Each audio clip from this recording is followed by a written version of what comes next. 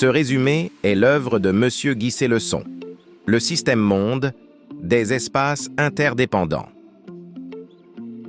La mondialisation, depuis les années 1950, décrit un processus d'intensification des échanges à l'échelle mondiale, résultant d'une logique économique libérale et de la circulation des biens, des personnes et des idées.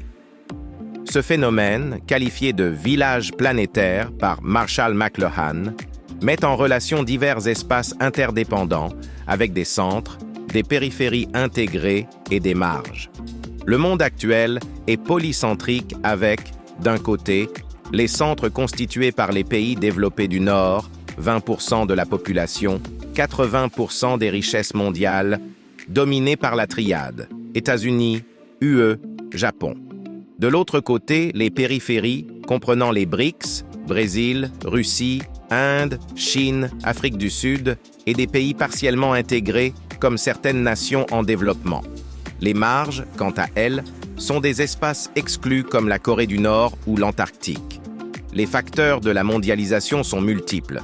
La révolution des transports avec des infrastructures performantes, réseaux autoroutiers, TGV, conteneurisation, la révolution des communications avec l'Internet et l'informatique qui ont amplifié les échanges d'idées, et la réduction des obstacles tarifaires grâce aux accords du GATT et à l'OMC.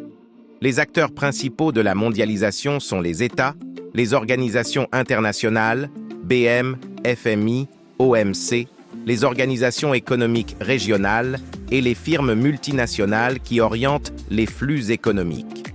La mondialisation se manifeste par une augmentation des flux de population, migration sud-nord, tourisme, des flux commerciaux, notamment entre les pôles de la triade, des flux financiers, aide au développement, crédit bancaire, IDE, et des flux d'informations, grâce à l'essor d'Internet et de la téléphonie mobile.